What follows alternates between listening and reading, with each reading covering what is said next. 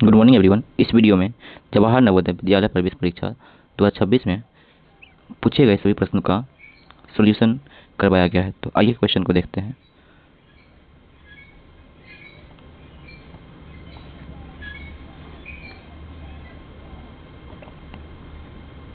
पहला क्वेश्चन है, 1 और 11 के मध्य कितनी अभाज्य संख्याएं हैं। तो फर्स्ट हम लोग जानते हैं कि अभाज्य संख्या क्या होती है। तो अभाज्य संख्या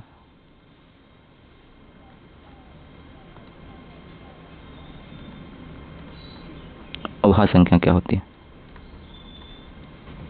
अभाज्य संख्या क्या होता है, ऐसा नंबर जिसके पास सिर्फ क्या हो, 2 फैक्टर्स हो। कितने फैक्टर्स हो, बस 2। एक क्या, एक 1 और वो संख्या स्वयं। ठीक है, तो फैक्टर्स मतलब क्या होता है कि वो किस किस संख्या से डिवाइड होता है। ठीक है, जिसे हम लोग बोलते हैं गुणनखंड। ठीक है, तो अभाज्य संख्या ऐसी संख्या जिसके पास कितना फैक्टर्स हो, 2 फैक्टर्स, एक एक और दूसरी संख्या वो खुद स्वयं। तो देखिए 1 और 11 के मध्य कितनी अभाज्य संख्या है। तो 1 के पास कितने फैक्टर्स, बस एक सिर्फ 1 से डिवाइड होता है, तो ये अभाज्य संख्या नहीं है। 2 1 से डिवाइड होता है, 2 से डिवाइड होता है, 3 1 से डिवाइड होता है, 3 से डिवाइड होता है, 4 1 से, 2 से, 4 से, तो ये अभाज्य संख्या नहीं है। 5 को देखिए, 5 1 और 5 से डिवाइड होता है, ये अभाज्य संख्या है। अभाज्य संख्या 1 3 भी है और 2 भी है। अब 6 को देखिए, 6 किससे करता है, 1 2 3 और 6, तो 6 के 4 फैक्टर्स हैं, तो यहाँ 6 अभाज्य संख्या नहीं होगा। 7 को देखिए, 1 और 7 से करता है। ठीक है, और 8 1 2 4 8, इसके 4 फैक्टर्स, तो ये अभाज्य संख्या नहीं होगा। और 9 करता है 1 3 और 9 से, तो ये अभाज्य संख्या नहीं है। एक कुछ क्या, 10 10 देख सकते हैं, 1 2 5 10 से करता है, ये भी अभाज्य संख्या नहीं है। 1 और 11 के मध्य पूछ रहा है, तो 1 और 11 के मध्य कितने मध्य हुए, एक संख्या यहाँ मिला, 2 3 5 7, तो कुल कितने अभाज्य संख्याएं हैं 1 और 11 के बीच, 4। ठीक, अगला क्वेश्चन देखिए। सवाल में कह रहा है 999 और 9999 का गुणनफल कितना होगा। तो देखिए इसको कैसे हम लोग गुना करते हैं, 999 है और 9999 को गुना करना है। तो इसको अगर हम लोग सिंपल तरीके से करें तो इस मेथड से गुना करेंगे, इस मेथड से गुना करेंगे तो हम लोग को क्या हो जाएगा, कुछ समय लग जाएगा। इसको हम लोग देखिए ट्रिक से गुना करते हैं, तो इसको हम लोग मान लेते हैं 1000 माइनस 1। ठीक है, और इंटू 9999, इससे क्या होगा, गुना जल्दी आसानी से हो जाएगा। अगर इसको हम लोग 1000 को 9999 से गुना करेंगे तो कितना हो जाएगा। देखिए किस संख्या को हम लोग 10 से गुना करते हैं, 1000 से गुना करते हैं, 100 से गुना करते हैं, तो क्या होता है, पहले जीरो को छोड़ देते हैं और 9 में 1 से गुना करेंगे, कितना हो जाएगा 9, और कितने जीरो है तो वो जीरो उस पर डाल देते हैं। यहाँ पे देखिए जीरो को छोड़ के 9 में 1 से गुना करेंगे तो 9 और 2 जीरो डाल देंगे। ठीक है, और यहाँ भी 9 से 1 से गुना करेंगे तो 9 और ट्रिपल जीरो पीछे में डाल देंगे। तो उसी तरह यहाँ पे क्या करेंगे, 9999 में गुना करेंगे तो कितना हो जाएगा, 3 जीरो पीछे इस पर आ जाएगा, और फिर 1 से इसमें गुना होगा तो क्या हो जाएगा 9999। ये हम लोग इसमें क्या कर देंगे, माइनस कर देंगे। माइनस करेंगे 10 में से 9 गया 1, और यहाँ बचा फिर क्या 9 में से 9 गया 0, फिर 9 में से 9 गया 0। ठीक है, और यहाँ बचा 18 में से 9 गया 9, यहाँ बचा 8 9 9। ये संख्या हमारा ऑप्शन देखिए कहाँ पे है, ऑप्शन नंबर सी में। ठीक है, तो समझ में आया होगा। अगला क्वेश्चन देखते हैं। अगला क्वेश्चन क्या है, 0.2 और 0.03 का गुणनफल क्या है। 0.2 इस और 0.03, देखिए दशमलव उड़ाते हैं तो दशमलव उड़ाएंगे कितना होगा 10, और यहाँ पे दशमलव उड़ाएंगे तो 100, क्योंकि पॉइंट के बाद 2 है और यहाँ पे पॉइंट के बाद 1 अंक है, तो गुणा कर दीजिए, तो 6 और नीचे में कितना हो जाएगा 1000, और पॉइंट कितना होगा 3 अंकों के बाद, तो ऊपर में तो 1 ही अंक है, 3 अंक हम लोग क्या करेंगे 0 डाल के कर देंगे, तो ये हो गया हमारा 0.006। इस तरह भी कर सकते हैं, या हम लोग डायरेक्टली गुना कर सकते हैं, तो 2 3 6 हो जाएगा।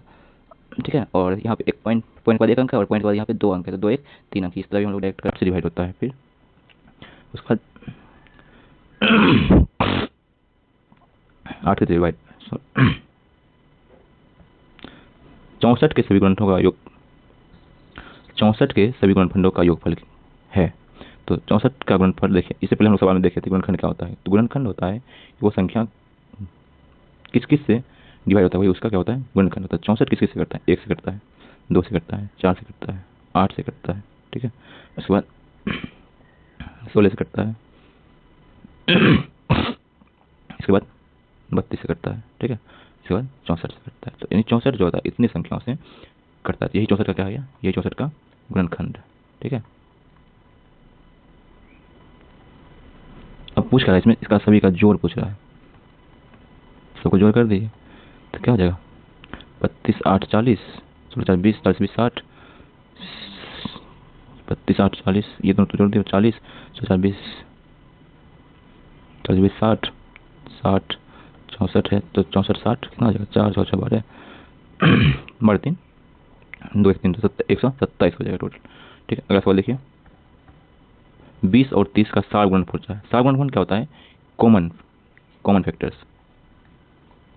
ठीक है, कॉमन फैक्टर्स मतलब देखिए क्या होता है, इसको देखिए एग्जांपल समझते हैं। जैसे दो, जैसे चार, चार किसी संख्या से कटता है, 1 से कटता है, 2 से कटता है और 4 से कटता है। और इसी तरह 8 के फैक्टर्स क्या होंगे? 8 जिससे संख्या डिवाइड होगा, 1 से डिवाइड होगा, 2 से डिवाइड होगा, 4 से डिवाइड होगा और 8 के। अब इसके कॉमन फैक्टर क्या होंगे? कॉमन फैक्टर मतलब होता है कि दोनों संख्या में फैक्टर होता है। जैसे 4 1 से भी कटता है, 8 भी 1 से कटता है, तो ये इसका क्या कॉमन फैक्टर हो गया? 4 2 से भी कटता है और 8 से भी कटता है और इसी तरह 4 से भी कटता है। तो यानी ये तीन जो है 4 और 8 का क्या है? कॉमन फैक्टर है। तो उसी तरह यहाँ पे पूछा है 20 और 30 का कॉमन फैक्टर्स क्या होगा। तो 20 और 30 देखिए किसकी संख्या से सबसे बड़ा सा। तो 20 और 30 में देखिए 1 से कटेगा, 2 से कटेगा, 4 से कटेगा, 5 से कटेगा, इसके बाद फिर 10 से कटेगा और ये 20 से कटेगा। ठीक है, और इसका देखिए क्या क्या होगा? 1 से कटेगा, 2 से कटेगा, 3 से और 5 से, 4 से नहीं कटेगा, 6 से कटेगा, फिर उसके बाद और किसी से कटेगा? 10 से कटेगा, 10 के बाद फिर 15 से कटेगा, उसके बाद फिर 30 से कटेगा। तो अब देखिए दोनों में कॉमन फैक्टर क्या है? कॉमन फैक्टर मतलब दोनों संख्या किसकी संख्या सेम से कटता है। तो एक एक है, 2 है और क्या मिल रहा है? 5 मिल रहा है, इसके बाद 10 मिल रहा है। तो सबसे बड़ा पूछ रहा है, तो सबसे बड़ा क्या है इसका कॉमन फैक्टर? 10। ठीक है, अगला सवाल देखिए क्या कह रहा है। अगला सवाल 46 को सरल 46 में कह रहा है निम्नलिखित को सरल करने पर प्राप्त होता है। इसको क्या करना है? सबको ऐड करना है और इसमें से इसको माइनस करना है। तो पहले हम लोग ऐड कर देते हैं। ठीक है, 608.2 और क्या है यहाँ पे? 60.82 और यहाँ पे क्या है? 6.082।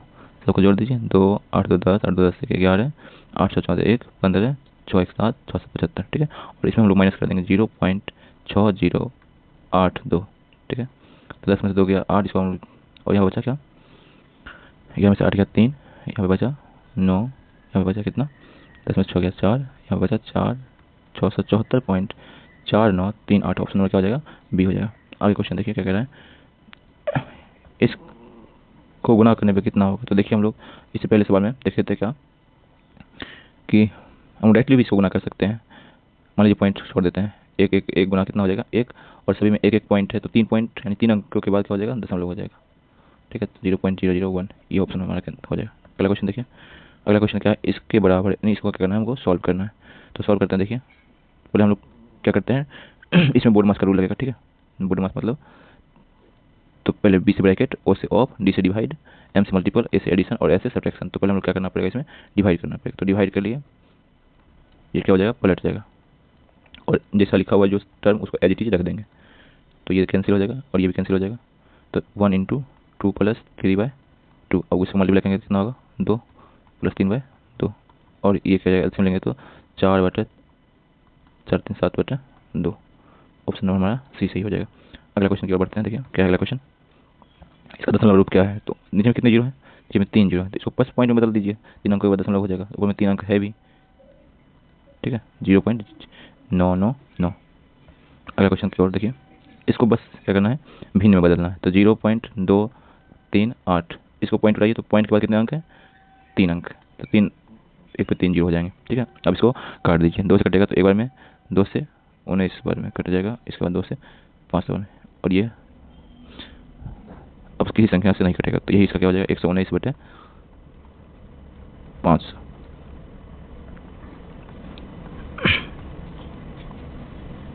ठीक है, अगला क्वेश्चन देखिए क्या है। 10 सेंटीमीटर स्क्वायर को मीटर स्क्वायर में बदलने पर प्राप्त होता है। नहीं सॉरी सवाल क्या है? 100 सेंटीमीटर स्क्वायर को मीटर स्क्वायर में बदलने पर प्राप्त होता है। तो हम लोग जानते हैं क्या, 1 मीटर बराबर 100 सेंटीमीटर। ठीक है, और जब 1 मीटर स्क्वायर होगा तो मतलब 1 मीटर गुना 1 मीटर होता है। ठीक है, तो वही पूछ रहा है कि कितना सेंटीमीटर हो जाएगा। तो हम लोग जानते हैं 1 मीटर बराबर तो 100 सेंटीमीटर स्क्वायर, और इधर भी होगा इंटू 100 सेंटीमीटर। तो कितना हो जाएगा यहाँ पे?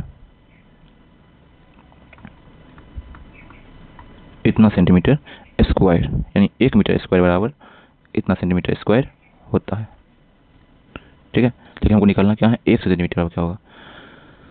तो 100 सेंटीमीटर निकालने के लिए हम लोग क्या कर दें, इसमें भागा कर दे तो पता चल जाएगा। कर दीजिए भागा 100,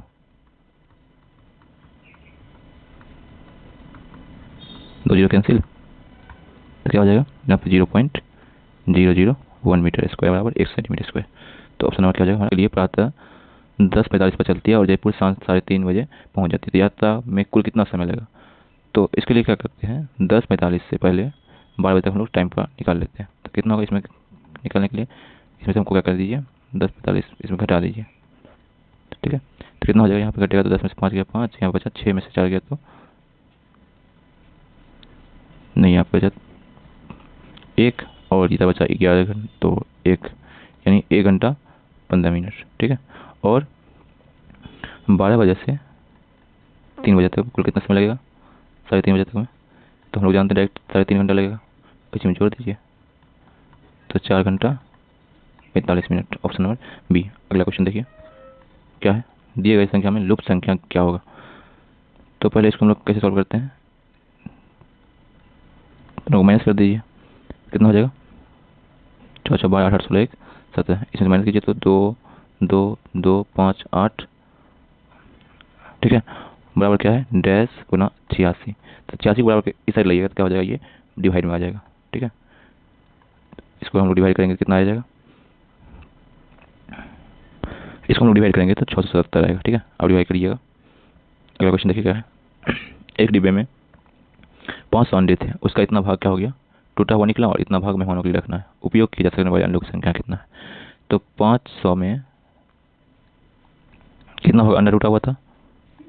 तो इतना भाग टूटा हुआ था, काट दीजिए तो 25 से 25 में 50 20 में कट जाएगा, यानी 60 अंडा जो क्या हुआ था, ये टूटा हुआ था।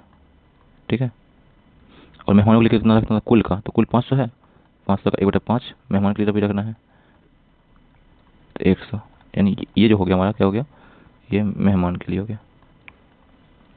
अब उपयोग करने के लिए कितना बच गया? तो 60 अंडा टूट गया है और 100 मेहमान के लिए रखना है। टोटल अंडा है 500, उसमें से माइनस कर दीजिए तो चलेगा कितना उपयोग के लिए बचा हुआ है, 160। तो 340 अंडा उपयोग के लिए बचे हुए। अगला सवाल देखिए क्या है, एक दुकानदार 200 की एक दीवार घड़ी खरीदी और उसे 40 के लाभ के साथ बेच दिया। तो उस दीवार घड़ी का विक्रय मूल्य क्या होगा? यहाँ सवाल पूछा है क्या, घड़ी का क्रय मूल्य कितना है? क्रय मूल्य मतलब जिस दाम वस्तु को खरीदा जाता है 200 रुपये, और उससे लाभ कितना हुआ, लाभ मतलब एक्स्ट्रा कितना रुपये में बेच दिया खरीद के, तो 40 रुपये में। तो बोला विक्रय मूल्य क्या होगा सवाल का? तो विक्रय मूल्य क्या होता है, जितना उसका क्रय मूल्य है सीपी और इसके पास प्रॉफिट कितना है, तो 240 रुपये। ऑप्शन नंबर सी हो जाएगा। अगले क्वेश्चन की ओर बढ़ते हैं, देखिए क्या है अगला क्वेश्चन। एक फल विक्रेता 1500 रुपये के सेब खरीदे और उन्हें अपनी दुकान पर लाने के लिए 100 रुपये खर्च किया, और उसने यह सेब कुल इतना रुपये में बेचे, तो उसे कितना लाभ अर्जित किया? ये भी सवाल प्रॉफिट एंड लॉस का है। तो कितना रुपये में वस्तु को खरीदा? 1500 रुपये में, और उसको दुकान पर लाने में खर्च लगा 100 रुपये। तो जो मेंटेनेंस खर्चा होता है वो भी क्या होता है, इसी में इंक्लूड होता है, जुट जाता है। तो 1600 रुपये का हो गया हमारा टोटल सीपी हो गया। ठीक है, और यहाँ पे देखिए कितना में बेचा, जितना में बेचा वो होता है एसपी, और इसको बोला कि प्रॉफिट क्या हुआ, कितना रुपये लाभ हुआ। तो प्रॉफिट बराबर क्या होता है फॉर्मूला, एसपी माइनस सीपी। ठीक है, एसपी कितना है 2236 और सीपी है 1600, घटा दीजिए 6 में 6 जीरो 3, 636 रुपये। ऑप्शन हमारा क्या हो जाएगा, बी नंबर। अगला क्वेश्चन देखिए क्या है, एक पंचभुज जिसका परिमाप 80 सेंटीमीटर, ठीक है, और जिसकी 4 भुजाओं की लंबाई का योगफल इतना इतना 63 सेंटीमीटर, 5वीं भुजा की लंबाई क्या? देखिए पंचभुज क्या होता है, इस तरह की जो आकृति होती है वो क्या होती है, पंचभुज होती है। देखिए एक भुजा यहाँ 1 2 3 4 और 5, इसका परिमाप दिया हुआ है। परिमाप मतलब होता है क्या, परिमाप मतलब सभी भुजाओं का योग। अब यहाँ पे क्या है, पंचभुज है, तो पंचभुज में कितने भुजा, तो 5 भुजा। तो 5 भुजा का तो योग हमको दिया हुआ है 80, ठीक है, और उसके 4 भुजा का योग भी दिया हुआ है, तो 5वां भुजा क्या होगा, तो 80 में से हम लोग 60 माइनस कर देंगे तो पता चल जाएगा, 80 में से 63 माइनस कर देंगे तो पता चल जाएगा।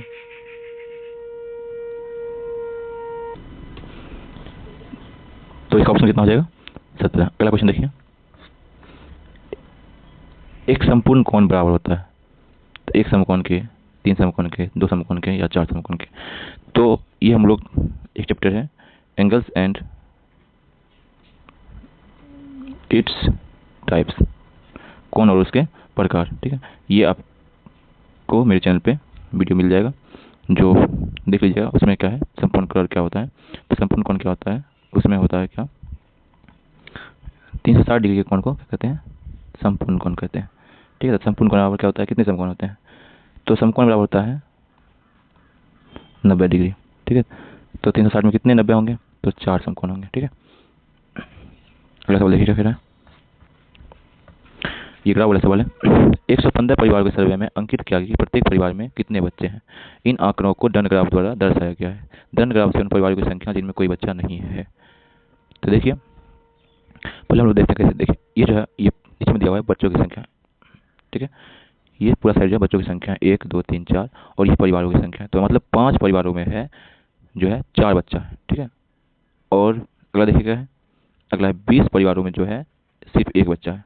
और अगला क्या है, 30 परिवारों में 2 बच्चा है, और 35 ऐसे परिवार है जिसमें कितना बच्चा है, 3 बच्चा है। तो हम लोग क्या करते हैं, पहले इसको जोड़ लीजिए सबको। ठीक है,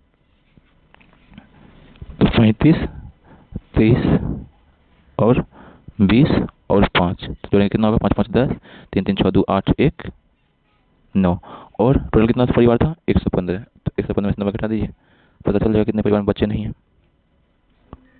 तो 25 परिवार ऐसे हैं जिसमें क्या है, बच्चा